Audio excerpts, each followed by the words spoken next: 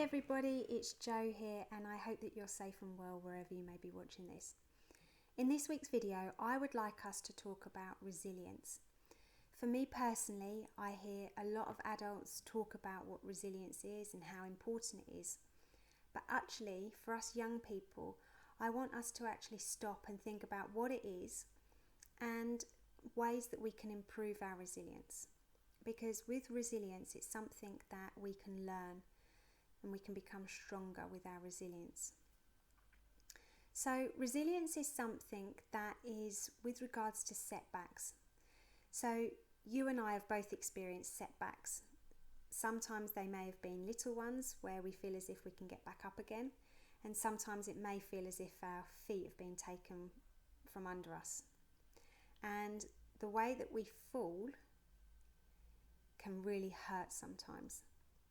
But what I'm talking about is I'm talking about resilience, which is the ability to get back up again, however hard it might be.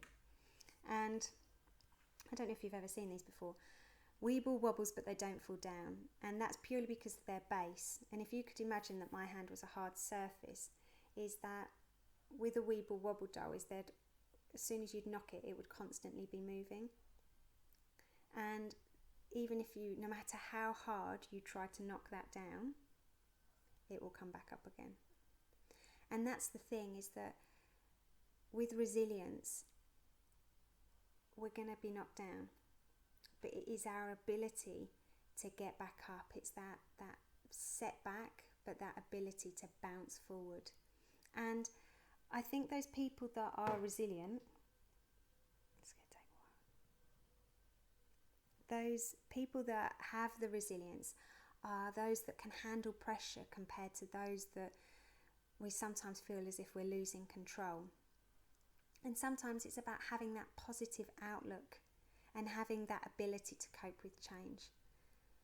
So resilience is really important. But whether you're watching this thinking, no, I'm not very resilient, that's okay, because you can learn how to be more resilient. And I've got 7 steps that I think, there's loads of steps, but I've gone with 7 steps that I think are the most important that could help you to become more resilient.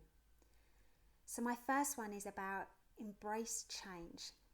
If 2020 has brought us anything, it's made us realise and taught us that change happens, and sometimes there is very little that you can do about it, apart from go with it and embrace it. We are humans, we don't like change, but actually they happen and mistakes happen, but it's learning from them. So when you make a mistake, look at what can I learn from it. And if you're somebody that has got so much going on in your life and your thought process might be like, why is this me? It always happens to me, it's not fair.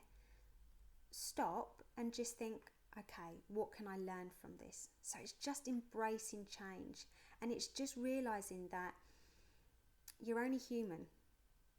We're not perfect, that we're going to make mistakes. And I'm not too sure if you've realised that you've been through everything in your life and your setbacks so far, and the sky hasn't fallen, the world hasn't ended, and you're still going. And that would lead me on to the second point. My second step is about having a reliable support network. It's so important that you have that support network that is there to support you, that you can trust and that's reliable. And I always say to my school kids, hang around with good people and they will bring out the good in you. And whether that's with regards to their and your behaviour, whether that's regards to peer pressure, or even if that's with regards to aspirations and just dreaming big. Just hang around with people that make you feel good, make you feel uplifted. I think sometimes what's easy is we just go with the flow and sometimes cave into peer pressure. And then that doesn't allow us to kind of break through and be the person we want to be. But that's a video for a different week. So yeah. My other one would be, a third step is find your sense of purpose. Now, that might sound really hard, and for some of us it is, but it's finding out what's your sense of purpose, and whether that's to be a good friend, whether that's to achieve something that you'd like to achieve in your life, whatever it might be, it's finding what brings you joy, what's your sense of purpose. Because it's that you need to tap into to strive you forward sometimes. So what I mean is, it's having that ability for you to remember to keep you going when there's times that you feel like giving up. And I'd recommend that you have 2 photos, ideally beside your bed, but if not, on your phone, maybe as a screensaver. One photo is to remind you daily that you are loved for being you. And the second photo is almost to remind you that you are good at something. Whether that's a picture of you doing your favourite hobby, your favourite sport, being surrounded by your friends because you know that you're a good friend. Whatever it is, have that photo that reminds you daily that you're good at something. My 4th one, this is a tricky one, but it's so true. Don't live in the past. Don't live in the past.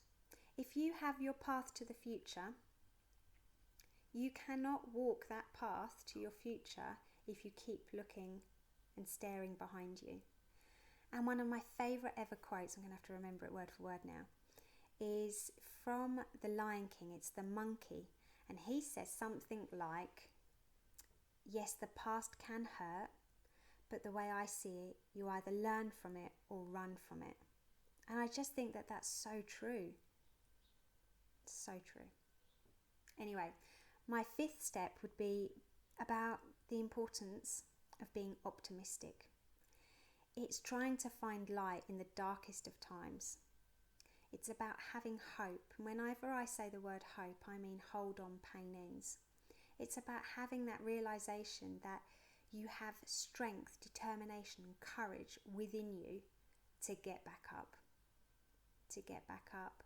And it's just having that self-belief within you. My 6th step is about being compassionate, about that self-compassion to yourself. We know how important it is to be kind to others, but we've got to always bear in mind that it's important for you to be kind to your own mind and kind to your body. And it's something that's really important that we seem to neglect sometimes, or we resist it. We resist feeling what we feel. And I think sometimes what we've got to do is express it. Or as they say, express it, don't repress it. Don't push it down what you're feeling, express it. And my last step is about developing problem-solving skills. Develop skills that will help you. So when you are in a tricky situation, is to have that ability to realise that this is a setback, that it's temporary, and to take that step and realise, okay, how am I going to deal with this? How do I feel? How am I going to respond? And sometimes by taking that step back, you can reframe. And I think that ability to reframe a situation is so important. It's so important. So yeah, there's just some steps for you to realise and to build your own resilience, because you can never be too resilient in life, personally anyway. Anyway, I'm going to leave it there. Go off and enjoy the summer holidays. Make sure you're getting fresh air. Make sure you're looking after yourself. And I look forward to seeing you next week. See you later, everybody. Bye.